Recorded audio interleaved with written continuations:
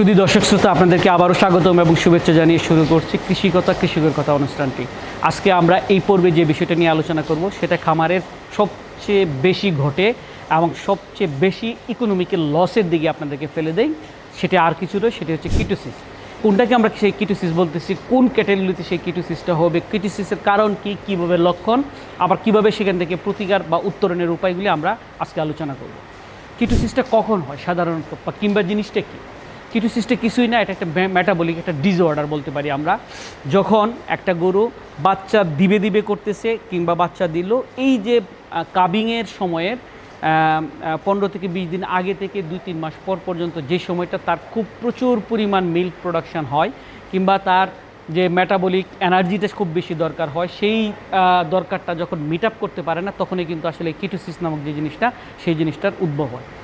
আসলে ব্যাপারটা কী করতেছে, যখনই একটা গরু বাচ্চা দিয়ে দেয় তখন কিন্তু তার আস্তে আস্তে মিল্ক প্রোডাকশনটা বাড়তে থাকে। মিল্ক প্রোডাকশন যতই বাড়তে থাকে ততই তার এনার্জির ডিমান্ড বাড়তে থাকে। তার যখন এনার্জির ডিমান্ড প্রচুর থাকে, কিন্তু প্রথমে কিন্তু আমরা ফুল খাবার দিতে পারি না একটা গরুকে কী করি আমরা, আস্তে আস্তে অভ্যস্ত করতে করতে একটা পর্যায়ে যায়, তখন কিন্তু মোটামুটি 4 সপ্তাহ 5 সপ্তাহ চলে যায় একটা গরু ফুল ফ্রেজে যখন তার খাবার শুরু করবে। তার মানে এই যে জায়গাটা প্রচুর এনার্জি ডিমান্ড তার মিল্ক প্রোডাকশনের জন্য, তার মেনটেনেন্সের জন্য, আর আমরা অফার করতেছি কম। তার মানে এই যে ডিমান্ড আর এই হচ্ছে আমি অফার করতেছি, তার মানে এই যে মাঝখানে যে লেয়ারটা সেটা হলো গ্যাপ, সেটাকে বলে আমরা নেগেটিভ এনার্জি ব্যালেন্স। তাহলে নেগেটিভ এনার্জি ব্যালেন্সকে এই নেগেটিভটা পূরণ করতে হবে, নাহলে তো মিল্ক প্রোডাকশন হবে না। তাহলে এই নেগেটিভটা কীভাবে পূরণ করবে? এই নেগেটিভটা পূরণ করার জন্য আল্লাহ তাআলা অ্যানিমেলের শরীরে একটা মেকানিজম দিয়ে দিয়েছে। সেই মেকানিজমটা কি আমরা বলি ফ্যাট মেটাবলিজম। তখন বিভিন্ন শরীরের বিভিন্ন পোর্শন থেকে যে ফ্যাটগুলি আছে, ফ্যাটগুলি মোবিলাইজ হয়, ওই ফ্যাটগুলি ডাইজেশন হয়। এই ফ্যাটগুলি যখন ডাইজেশন হইতে শুরু করে, সে এনার্জি দেওয়ার জন্য চলে আসে ইমার্জেন্সি পিরিয়ডে। ফ্যাট থেকে কিন্তু এনার্জি আসার কথা না, এনার্জিটা আসার কথা কার্বোহাইড্রেট সোর্স থেকে। তাহলে ফ্যাট থেকে যখন সে চলে আসবে, এই ফ্যাট যখন মেটাবলিজম হবে, ফ্যাট মেটাবলিজম হওয়ার পরে কিছু সাবস্ট্রেট তৈরি হয়, ওই সাবস্টেন্সগুলিকে আমরা বলতেছি কিটোন বডি। সাধারণত এসিটোন, এসিটোএসিটেট বা বিটা হাইড্রোক্সিবিউটারেট, এগুলিকে আমরা বলি কিটোন। এই কিটোন বডিগুলি কী করে, তখন আস্তে আস্তে ব্লাড লেভেলে বাড়তে শুরু করে। ব্লাড লেভেলে যখন বাড়তে শুরু করে, ওই যেই অবস্থাটা, সেটাকে আমরা বলতেছি কিটোসিস। শুধু কিটোসিস, ওই শুধু যে ব্লাড লেভেলে বাড়লেই কিটোসিস হবে নট, এটাকে আমরা হাইপার কিটোনিমিয়া বলতে পারি। কিন্তু কিটোসিসটা হচ্ছে যখন কিছু সাইন সিমটম প্রকাশ করবে, সেই সাইন সিমটম প্রকাশ করাটাকে বলতেছি আমরা কিটোসিস। তাহলে কী কী সাইন সিমটম দেখে আমরা বুঝতে পারবো যে একটা গরু সেই কিটোসিসে আক্রান্ত হয়েছে? তাহলে প্রথম যে কাজটা হবে, তার অফ ফিড হয়ে যাবে, তার খাবার দাবার সে বন্ধ করে দেবে, সে ইরেগুলার খাবার খাবে। সেকেন্ড যেটা হচ্ছে, গ্রাজুয়ালি তার একটা মিল্ক প্রোডাকশন কমতে থাকে। একটা গরু হয়তো 1 সপ্তাহের মধ্যে 30 লিটার দিচ্ছে, সে পরের দেখবেন 2-3 দিন পরে 5 লিটার, 2-3 দিন পরে আরও 5 লিটার, 2-3 দিন পরে এরকম কমতে কমতে অর্ধেকের নিচে চলে আসবে তার মিল্ক প্রোডাকশনটা। তার মানে আমি কি দেখলাম, সাডেন মিল্ক প্রোডাকশন কিন্তু হয় না, একটা গ্রাজুয়ালি একটা মিল্ক প্রোডাকশন লস হয়, তার অফ ফিড হয়ে যায়, সে খাবার বন্ধ করে দেয় কিংবা ইরেগুলার খাবে। সেকেন্ড জিনিস, সে দানাদার খাবার কমিয়ে দিবে, সে দেখবেন বিভিন্ন ধরনের রাফেজ থেকে খাওয়ার চেষ্টা করবে, সে ঘাস খাবে, ঘাসের চেয়ে খড় বেশি খাওয়ার চেষ্টা করবে, শুকনো খড়গুলো থেকে। আর দানাদার যখনই দিবে তখন দেখবে যে মুখটা এদিকে অন্যদিকে সরাই দিচ্ছে, তার মানে দানাদারের প্রতি তার প্রচণ্ড একটা অনীহার সৃষ্টি হবে। আরেকটা কি হয়, ওই পর্যায়ে যখন ওই যে ফ্যাট মেটাবলিজম হচ্ছে, কিটোন হচ্ছে, তখন কিন্তু তার নিঃশ্বাসের মধ্যে এক ধরনের অ্যাসিটোন যেই গন্ধটা, সেই গন্ধটা পাবো আমরা, সেটাকে বলি মিষ্টি গন্ধ। কারণ মিষ্টির কি আসলে কোনো গন্ধ আছে? মিষ্টির তো কোনো গন্ধ নাই। তাহলে সেই মিষ্টি গন্ধটা বলতে আমরা কী বোঝাচ্ছি? এটার একটা খুব সহজ একটা যদি আমি কোরিলেট করার চেষ্টা করি, সেটা হচ্ছে বাড়িতে ভদ্রমহিলা যারা নেল পুলিশ ইউজ করে, নেল পুলিশ যে রিমুভারটা খোলার পর নাকের মধ্যে যেরকম দিবেন, একটা মিষ্টি একটা গন্ধ থাকবে, ওইটাকে আমরা বলতেছি যে অ্যাসিটোন স্মেল। ওই অ্যাসিটোন স্মেলটা তার নাকের কাছে গেলে পাওয়া যাবে এবং দুধেও সেই মিষ্টি মিষ্টি গন্ধটা পাওয়া যাবে। আরেকটা কি দেখবে, শরীরে প্রচুর পরিমাণে ফ্যাট একদম শেষ হয়ে যাবে। তার মানে সাবকিউটেনিয়াস যে ফ্যাটগুলা, এই ফ্যাটগুলা কী হবে, আস্তে আস্তে কমে যাবে। এই ক্ষেত্রে আপনারা দেখবেন টেইল হেড, যেটাকে বলে আমরা লেজের আশেপাশে যে দুইটা জায়গা পিন বুন যেটা থাকে, যদি এটা লেজ হয়, এই যে পিন বুনের এই জায়গা থেকেই কিন্তু সবচেয়ে বেশি ফ্যাট লস হয়। ফ্যাট লসটা দেখা যায়, ফ্যাট লস হয় না, ফ্যাট লসটা দেখা যায় সবচেয়ে বেশি এখানে। তখন কী হবে, এই জায়গাগুলিতে এরকম হাড্ডিগুলি বের হয়ে যাবে, এখানে যে স্মুথনেসটা ছিল এই স্মুথনেসটা কিন্তু থাকবে না। তার মানে এই জায়গাটা দেখেও কিন্তু আমরা আইডেন্টিফাই করতে পারবো সেটা কিটোসিসের দিকে যাচ্ছে কিনা। আরেকটা হচ্ছে তার যে ফিসিসটা আছে, তার যে গোবরটা শক্ত হয়ে যাবে, ড্রাই হয়ে যাবে। আমরা অধিকাংশ ক্ষেত্রে দেখি যে যারা কম রাফেজ দেই ওই খামারে কিন্তু ফ্রিজিয়ান খামারে, বাণিজ্যিক খামারে খুব শক্ত কোনো গোবর হয় না, কিন্তু দেশি গরুর মতো এরকম হয় না। সাধারণত এটা সেমি কনসিস্টেন্স যেটাকে বলি আমরা, অর্ধ কঠিন যেটাকে, ওই রকম থাকে। কিন্তু এই যখন কিটোসিসে সে আক্রান্ত হবে তখন কিন্তু তার এই যে গোবরটা, সে গোবরটা কিন্তু অনেক শক্ত হয়। এত কিছু বললাম, তাহলে এই কিটোসিস হইলে আমার কি ক্ষতি হতে পারে? কিটোসিস হলে যে ক্ষতিটা হতে পারে, সবচেয়ে বড় ক্ষতিটা হল কালিং। মানে আপনাকে এই অ্যানিম্যালটাকে কালিংয়ের দিকে চলে যেতে হবে, এই অ্যানিম্যালটাকে বাদ করে দিতে হবে, স্লটার করে দিতে হবে। এটা একটা ডেফিনেটলি একটা বিশাল সমস্যা। আর যেই সমস্যাটা হচ্ছে সেই মেডিকেশনটা, প্রপার মেডিকেশন না হলে গরুটা মারা যাবে, ডেথ হতে হবে ইভেন ডেথ। তাহলে এই একটা প্রবলেম আছে। কিটোসিসের ক্ষেত্রে যখনই খাবার বন্ধ করে দেয় আমরা প্রচুর পরিমাণে ক্যালসিয়াম দেওয়ার চেষ্টা করি, কিন্তু ক্যালসিয়াম কিন্তু গরুটাকে বাঁচায় না, বরং এটাকে প্রোন টু দ্য ডেথ, সে মরার দিকে নিয়ে যাচ্ছে।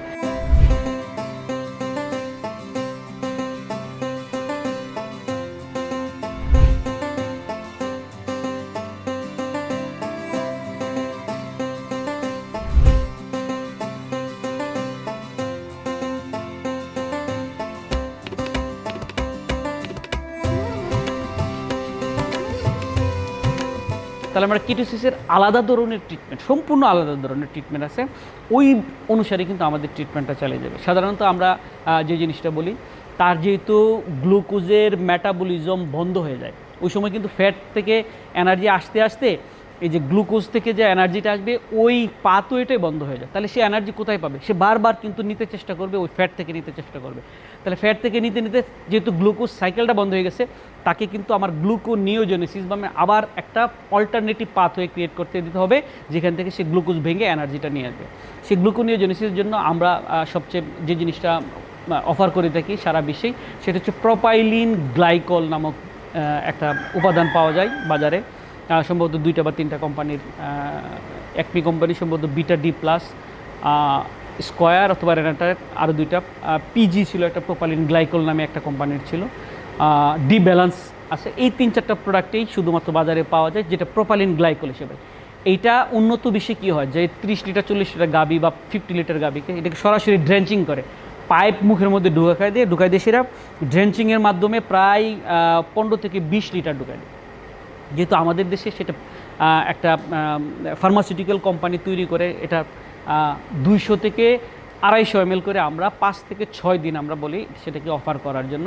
সেই প্রোপাইলিন গ্লাইকলটা কী করবে? এই প্রোপাইলিন গ্লাইকলটা কিন্তু নতুন একটা পাথওয়ে সৃষ্টি করবে, গ্লুকোনিওজেনেসিস, মানে গ্লুকোজ আবার নতুনভাবে তৈরি করার একটা অল্টারনেটিভ পাথওয়ে সৃষ্টি করবে। তাহলে এটা আমরা অফার করব।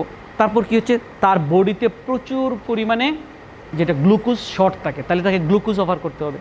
তাহলে আমরা কি করি, সাধারণত 50% গ্লুকোজ যদি সম্ভব হয় তাহলে 2 লিটার পর্যন্ত, বড় গরুতে 2 লিটার, 1.5 থেকে 2 লিটার পর্যন্ত দিতে পারি। অধিকাংশ জায়গায় 50 লিটার পাওয়া যায় না, 25 লিটার পাওয়া যায়, সেটা হচ্ছে 2 থেকে 4 লিটার পর্যন্ত আমরা অফার করতে পারি।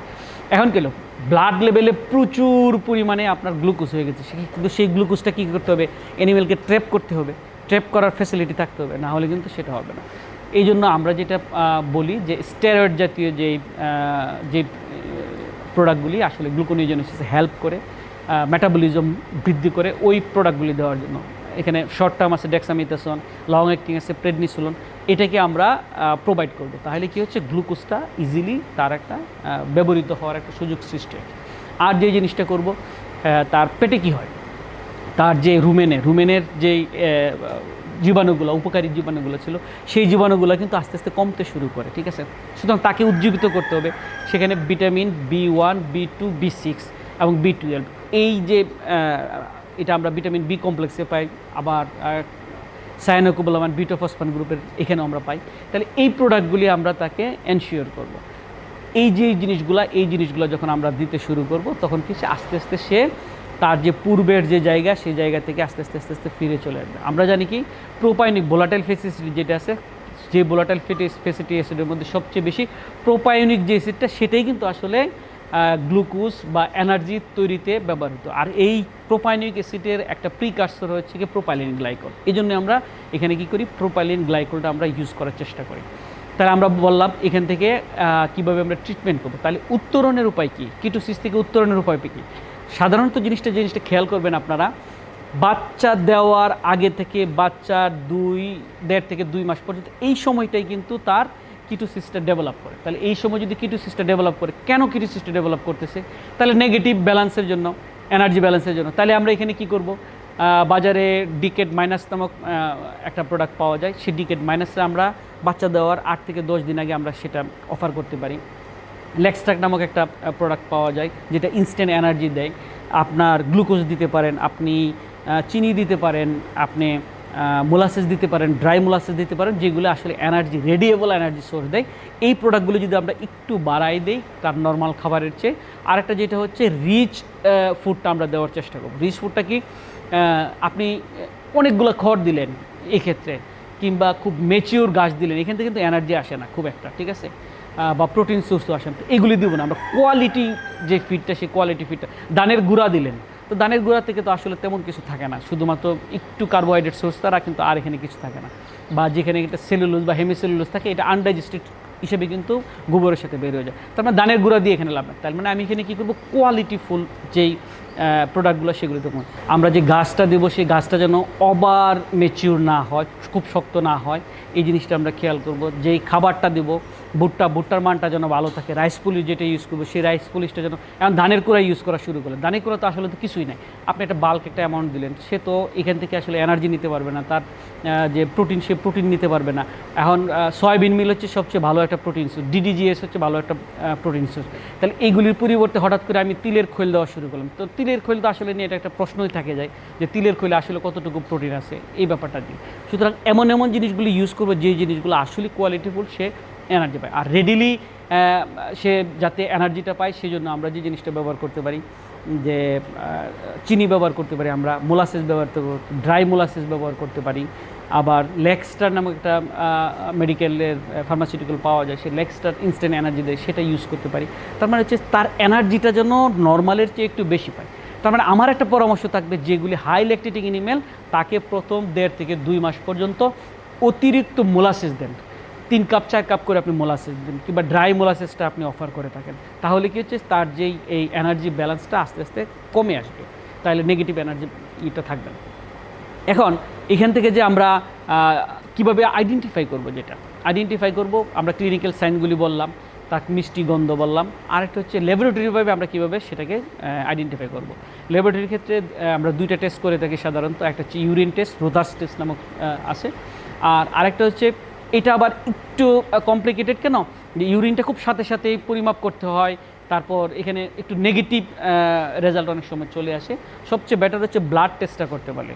তো ব্লাডের ক্ষেত্রে ব্লাডের গ্লুকোজ এবং কিটোনের এখন মিটার পাওয়া যায় বাজারে, সেই সেন্টিভেট একটা মিটার পাওয়া যায়, সেটার মধ্যে ব্লাড গ্লুকোজ এবং কিটোন দুইটা কিন্তু একসাথে পরিমাপ করা যায়। সাধারণত এটা বিটা হাইড্রোক্সি বিটার একটা ব্লাড লেভেলে কতটুকু আছে সেটা একদম এক্সাক্ট রেজাল্ট দেয়। সুতরাং আমরা ব্লাড টেস্টের মাধ্যমে সেটা আইডেন্টিফাই করতে পারি।